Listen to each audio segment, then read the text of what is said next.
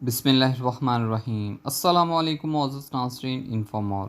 یہ ایک سچا واقعہ ہے جو میرے کزن کی بیوی کے ساتھ پیش آیا۔ وہ بتاتی ہے کہ میری بہن کی شادی تھی اور مجھے ضروری گاؤں جانا تھا۔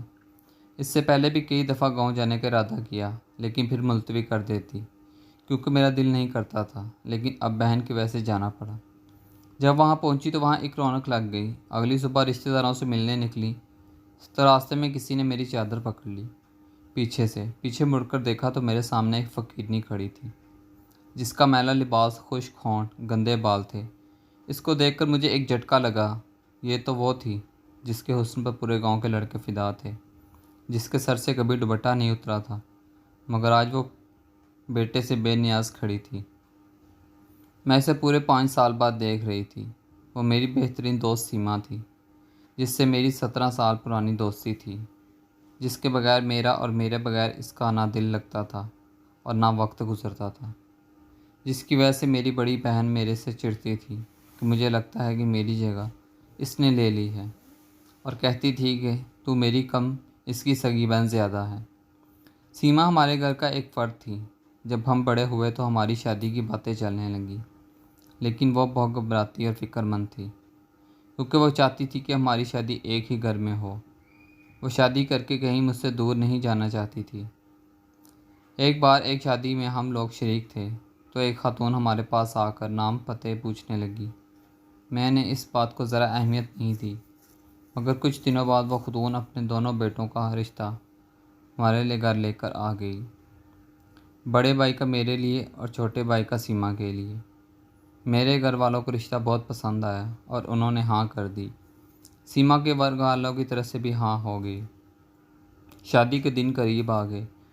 میری بڑی بہن نے مجھ سے سمجھایا کہ اب تمہارا سیما کے ساتھ 2 رشتے ہیں، دیورانی جٹھانی کا رشتہ جو نہایت نازک رشتہ ہے۔ اب تم لوگ ایک ساتھ رہو گے، تم دونوں کی ہر بات میں بہت برداشت سے کام لینا ہوگا۔ میں نے بہن کو کہا کہ ایسا کچھ نہیں ہوگا جو آپ سوچ رہی ہیں۔ میرا اور سیما کا ساتھ بہنوں جیسا ہے۔ ہمارا تو سالوں کا ارمان پورا ہو رہا ہے۔ ہم دیورانی جٹھانی بعد میں ہیں، دوست پہلے ہیں۔ میں اور سیما شادی کر کے اس گھر میں پہنچ گئے۔ زندگی بہت خوبصورت ہو گئی تھی۔ شادی کے 1 سال بعد میری گود میں میرا بیٹا اور سیما کی گود میں اس کا بیٹا آ گیا۔ میرے میاں کی نوکری شہر میں لگ گئی تھی۔ وہ پڑھے لکھے تھے، اس لیے ان کو شہر میں ہی نوکری ملی تھی۔ وہ ضد کر رہے تھے کہ میں اور میرا بیٹا ان کے ساتھ شہر چلیں، جبکہ میرا دل کسی صورت شہر جانے کے لیے راضی نہیں تھا۔ آخر میرے شوہر شہر چلے گئے۔ جب وہ آتے تو خوب سارے تحفے لاتے۔ ہماری ایک بیٹی بھی ہو گئی۔ میرا بیٹا 4 سال کا ہو گیا تھا۔ جس گھر میں ہم رہتے تھے، اس گھر کے بیچ میں ایک چھوٹی سی دیوار تھی۔ ایک حصے میں اور ایک میں سیما رہتی تھی۔ یہ حصے تو بس نام کے تھے، ورنہ ہم اکٹھے رہتے تھے۔ میں دوبارہ امید سے ہو گئی تھی، مگر سیما کے ہاں ایک بیٹے کے بعد دوبارہ اولاد نہیں ہوئی۔ اس بار میرے شوہر نے ضد پکڑ لی کہ تم میرے ساتھ شہر چلو، یہاں اکیلی کیسے رہو گی، اور بڑے بیٹے کا داخلہ بھی اسکول میں کروانا ہے۔ میرے سارے سسرال والوں نے بھی کہا کہ وہ ٹھیک کہہ رہا ہے، ناشکری مت کرو۔ سب کے سمجھانے پر مجھے مجبوراً ماننا پڑ گیا، مگر میں دل سے خوش نہیں تھی۔ طے یہ پایا کہ میں ولادت کے بعد شہر چلی جاؤں گی۔ جس دن یہ فیصلہ ہوا اس دن سیما میرے پاس آئی اور اداسی سے بولی کہ تم چلی جاؤ گی تو میرا دل کیسے لگے گا۔ میں نے اس کا ہاتھ پکڑ کر اس کو سمجھاتے ہوئے کہا کہ انہوں نے وعدہ کیا ہے وہ ہر مہینے مجھے تم سے ملوانے آتے رہیں گے۔ اس نے کہا میں تم کو بہت یاد کروں گی۔ میں نے کہا کہ شہر کون سا دور ہے، تم مجھ سے آ جایا کرنا ملنے۔ میں بھی آ جایا کروں گی۔ پھر وہ میرے گلے لگی۔ ہم دونوں بہت اداس تھے۔ کچھ وقت گزرا، میرے چھوٹے بیٹے کی ولادت ہوئی۔ سرخ سفید بڑی بڑی آنکھوں والا بچہ سب کو بہت پیارا تھا۔ میرے شوہر نے کہا کہ تم نہیں جانتی تم نے مجھے بہت بڑا تحفہ دیا ہے۔ اس بار تیار رہنا، میں آؤں گا تو تم سب میرے پاس شہر چلنا۔ ان کو 2 مہینے بعد آنا تھا۔ شوہر کے چلے جانے کے بعد ہم سب اکٹھے بیٹھے شام کو چائے پی رہے تھے تو میرے دیور نے کہا کہ بھابھی تم چلی جاؤ گی تو اداسی ہو جائے گی، گھر سونا ہو جائے گا۔ میں نے کہا تم بھی چلو نا، وہ بولا میں کیا کروں گا جا کر، مجھے کوئی کام تو آتا نہیں، کم از کم یہاں زمین پر کام کر کے بیوی بچوں کے لیے 2 وقت کی روٹی کما لیتا ہوں۔ سیمی بالکل سر جھکائے چپ گمسم بیٹھی تھی۔ میرا دل عجیب سا ہو گیا، مگر میں بھی مجبور تھی، شوہر کے ہاتھوں اور بچوں کے مستقبل کا سوال تھا۔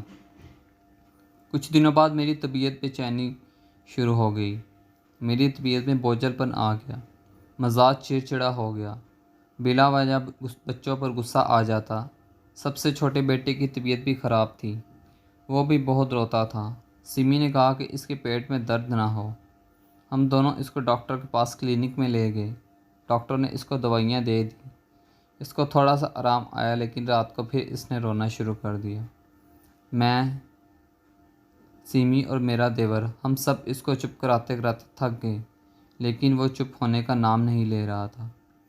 سمجھ میں نہیں آ رہا تھا یہ کیوں اتنا روتا ہے، کہ پہلے تو کبھی ایسا نہیں ہوا۔ وہ اب کچھ کمزور بھی ہو گیا تھا۔ سمجھ نہیں آ رہا تھا کہ میرا بیٹا اتنا کیوں روتا ہے، پہلے تو کبھی ایسا نہیں ہوا۔ وہ اب کچھ کمزور بھی ہو گیا تھا۔ ہم دوبارہ ڈاکٹر کے پاس لے گئے۔ ڈاکٹر نے کہا کہ میں کچھ دوائیاں دے رہا ہوں، اس سے فرق آ جائے گا۔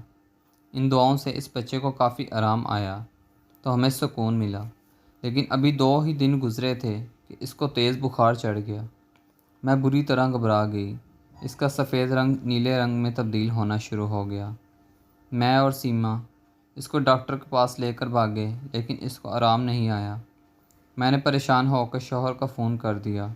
وہ بھی شہر سے گاؤں کے لیے روانہ ہو گئے۔ انہوں نے کہا تم تیار رہو، ہم اس کو شہر لے جائیں گے، شہر اس کو کسی اچھے ڈاکٹر کو دکھائیں گے۔ میرا رو رو کے برا حال تھا۔ میرا صحت مند بچہ دنوں میں سوکھ گیا تھا۔ اگلی صبح شوہر نے پہنچ جانا تھا، مگر جب اگلی صبح وہ آئے تو میرا بیٹا اس دنیا سے منہ موڑ کے بہت دور جا چکا تھا۔ فجر کے وقت اس نے میرے ہاتھوں میں دم توڑ دیا تھا۔ میں سکتے کی حالت میں بیٹھی تھی کہ میرے شوہر کا غم سے الگ برا حال تھا۔ میرے اوپر قیامت گزر گئی تھی۔ اس کی موت کے 15-20 دن تک میں غم سے نہ ڈال بستر پر پڑی رہی۔ مجھے شوہر، بچوں کا کوئی ہوش نہیں تھا۔ سب کچھ سیمی نے سنبھالا ہوا تھا۔ ابھی بیٹے کا صدمہ کم نہیں ہوا تھا کہ میری امی بھی اس دنیا سے چلی گئی۔ میں بالکل ٹوٹ کے رہ گئی۔ میرے شوہر کو دفتر سے فون آ گیا۔ ان کا شہر جانا ضروری تھا۔ وہ واپس چلے گئے، جبکہ میری حالت بستر سے اٹھنے والی نہیں تھی۔ ابھی میں دونوں غم سے نڈال پڑی تھی کہ میری بیٹی مہین کو تیز بخار چڑھ گیا۔ اس کا بخار بڑھتا جا رہا تھا۔ میں بدحواس ہو کر رہ گئی تھی۔ میں اپنے ایک بیٹے کو کھو چکی تھی۔ اب مجھ میں مزید غم اٹھانے کی سکت نہیں تھی۔ سیمی میرے پاس بیٹھی مجھے حوصلہ دے رہی تھی، کہہ رہی تھی میں سب دیکھ رہی ہوں، تم پریشان نہ ہو، یہ بالکل ٹھیک ہو جائے گی۔ میں نے کہا میں تمہاری بہت احسان مند ہوں، جس طرح تم میرا اور میرے بچوں کا خیال رکھ رہی ہو۔ مجھے اتنی کمزوری ہو چکی تھی، مجھ سے بولا بھی نہیں جا رہا تھا، مگر سیمی میرے اور میرے بچوں کی دیکھ بھال کر رہی تھی۔ دن رات وہ ہمارے لیے بھاگ بھاگ کر کام کرتی تھی۔ رات وہ ہمارے پاس رہتی، مجھے زبردستی کھانا کھلا کر، دوائی دے کر، میرے بچوں کو سلا کر ہی جاتی تھی۔ ایک دن آدھی رات کو پیاس کی شدت سے میری آنکھ کھلی، مگر میری اتنی ہمت نہیں تھی کہ میں بستر سے اٹھ سکوں۔ میرے کمرے کا دروازہ کھلا ہوا تھا۔ میری نظر کمرے سے باہر گئی، جہاں مجھے کسی کا سایہ نظر آیا۔ میرے کمرے سے باہر صحن نظر آتا تھا۔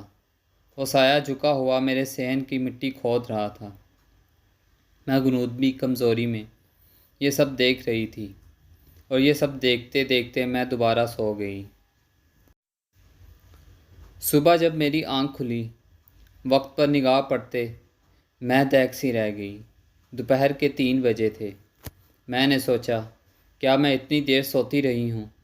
میں نے اپنے برابر لیٹے دونوں اپنے بچوں کو دیکھا جو بے خبر سو رہے تھے۔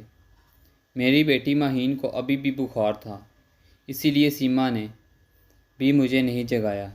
میں اٹھنے کی کوشش کرنے لگی کہ اچانک میرے قریب سے کسی کے رونے کی آواز پر میں گھبرا گئی۔ میں نے سوچا یہ تو سیما کی آواز ہے۔ میں دیوار کا سہارا لیتے آہستہ قدموں سے اس طرف آئی۔ سیما اپنے بیٹے کو گود میں لیے ہوئے برے طریقے سے بس روئے چلی جا رہی تھی۔ اس کے بیٹے کے ہاتھ پیر بالکل مڑے ہوئے تھے اور اس کی سانسیں بہت تیز تھیں۔ میں اس کی حالت دیکھ کر ڈر گئی۔ میں نے کہا، کیا ہو گیا سیما؟ میرے دیور نے غمگین آواز میں کہا، پتہ نہیں بھابھی کیا ہو گیا۔ صبح اٹھتے ہی یہ آپ کے کمرے میں آیا کہ بچوں کے ساتھ کھیل سکے، مگر آپ سب سو رہے تھے۔ یہ باہر جا کر بچوں کے ساتھ کھیلنے لگا۔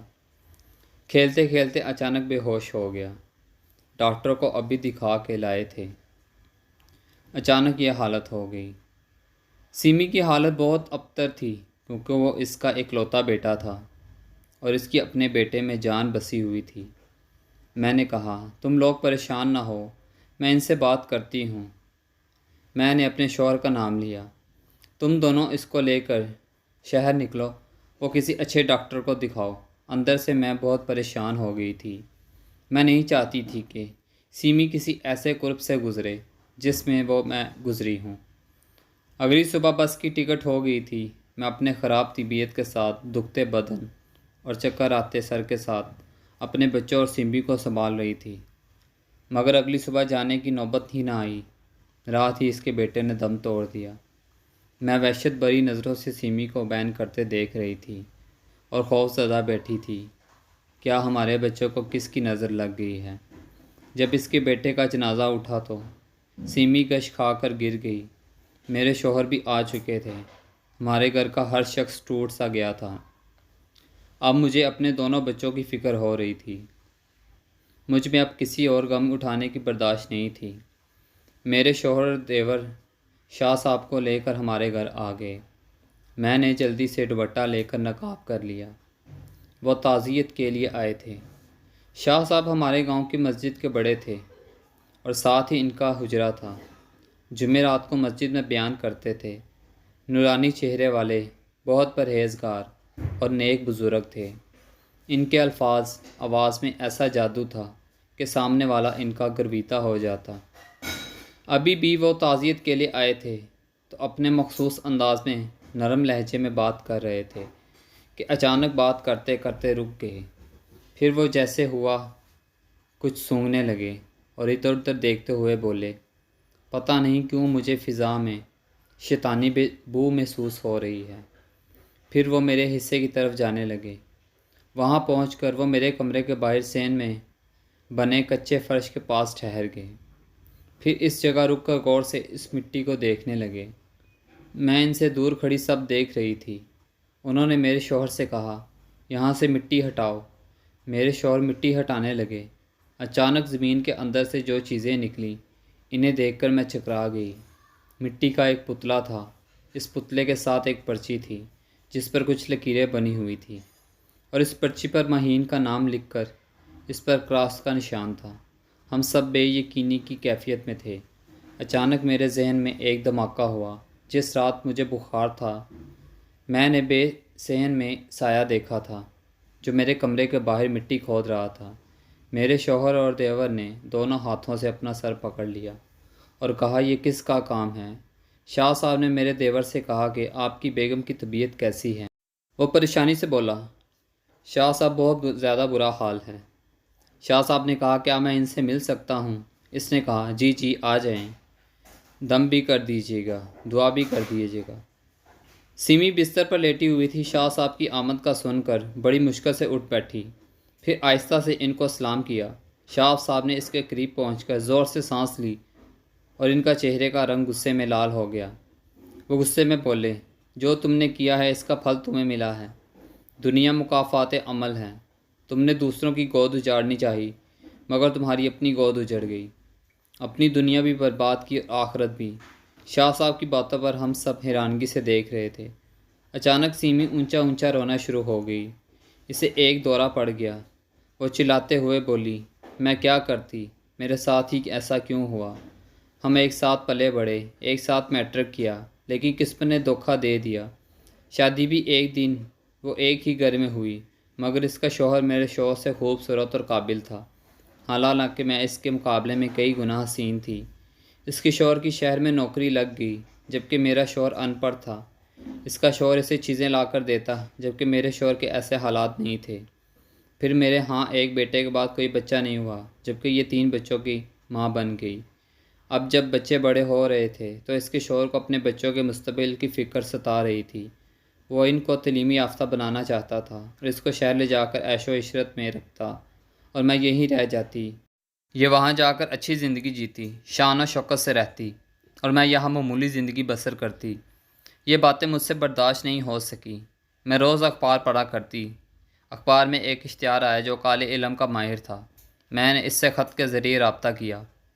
پہلے میں نے اس کے بڑے بیٹے کو راستے سے ہٹایا، پھر میں اس پر عمل کروا کے اب مجھے اس کی بیٹی کو ہٹانا تھا۔ میں نے ہی پتلا زمین میں گاڑا تھا، کیونکہ میں چاہتی تھی کہ تینوں بچے مر جائیں تاکہ یہ شہر ہی نہ جا سکے، کیونکہ اپنی اولاد کی خاطر جا رہی تھی، اور میں ایک ایسے برداشت کر لیتی کہ یہ وہاں جا کر ٹھاٹھ سے رہتی۔ اس عمل کے مطابق اس زمین پر جہاں پتلا گاڑا تھا، اسے سب سے پہلے جو بھی چلتا ہوا آتا وہ اس عمل کی لپیٹ میں آ جاتا۔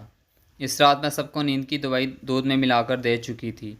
میں جانتی تھی کہ سب سوتے رہیں گے مگر ماہین ضرور اٹھ کے باہر آئے گی، مگر میرا کیا مجھ پر ہی واپس آ گیا۔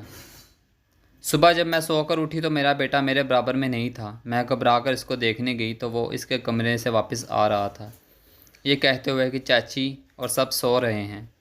میں نے اس کو آتا دیکھ کر دل پکڑ لیا، اور پھر مجھے پھل مل گیا۔ وہ روتی ہوئی اپنا سر پیٹتی ہوئی چیخ رہی تھی، اور میں بے یقینی سے سیمی کو دیکھ رہی تھی۔ مجھے لگ رہا تھا جو میں نے سنا ہے وہ غلط ہے۔ میرا دل کر رہا تھا چیخ چیخ کر روؤں کہ کیا کوئی انسان حسد میں اتنا بگڑ جاتا ہے۔ شاہ صاحب نے کہا جو لوگ اللہ کی تقسیم پر راضی نہیں ہوتے ان کا یہی انجام ہوتا ہے۔ میں دیوار کا سہارا لیے چھوٹے چھوٹے قدم اٹھاتی باہر آ گئی۔ میرے دیور نے نفرت سے چیخ کر بیوی کو کہا، میں سوچ بھی نہیں سکتا تھا تم اتنی گھٹیا ہو۔ میں اپنے کمرے میں آ کر پیکنگ کرنے لگی، مگر میرا دل رو رہا تھا۔ سیمی میرے پاس آئی اور روتی ہوئی بولی، مجھے معاف کر دو۔ میں نے اس کو کہا جو عورت آپ کے بچوں کی جان لے لے کیسے معاف کیا جا سکتا ہے؟ تم کو دشمنی تھی تو مجھ سے نکال لیتی، مگر میرے بچوں نے کیا بگاڑا تھا؟ میں نفرت سے روتے ہوئے بولی۔ سیمی بولی، مجھے دشمنی نہیں تھی، پتہ نہیں مجھے کیا ہو گیا تھا، مجھ سے برداشت نہیں ہو رہا تھا۔ تمہارے پاس سب کچھ اچھا دیکھ کر میں نے کہا میں تم کو کچھ بھی نہیں بولوں گی، نہ کوئی لعنت بولوں گی، کیونکہ میں جان گئی ہوں کہ اللہ کا بدل بہترین ہے۔ مجھے کچھ بھی نہیں بولنا، اور میں اس کو بغیر دیکھے اپنے شوہر اور بچوں کے ساتھ اس گھر سے نہیں بلکہ اس کی زندگی سے اور گاؤں سے بھی نکل گئی۔ میرے دیور نے اس کو طلاق دے دی تھی۔ اپنے بیٹے کی موت اور پھر طلاق کے بعد اس کا دماغی توازن بالکل الٹ چکا تھا، اور اب وہ گاؤں کی گلیوں میں بکھرے بالوں سے بدحال بنی پھرتی ہے۔ میں دوبارہ پلٹ کر گاؤں نہیں گئی، لیکن اب 5 سال بعد جب میں واپس گئی تو اس نے میری چادر کو پکڑ لیا، مگر میں اپنی چادر اس کے ہاتھوں سے چھڑوا کر اور اس کو نظر انداز کرتی آگے بڑھ گئی۔ بابی کی یہ باتیں سن کر مجھے سمجھ آ گئی کہ بابی کیوں اپنے گاؤں نہیں جاتی تھی۔ تھینکس فار واچنگ انفو مور۔ ملتے ہیں نیکسٹ ویڈیو میں انشاءاللہ، تب تک کے لیے اللہ حافظ۔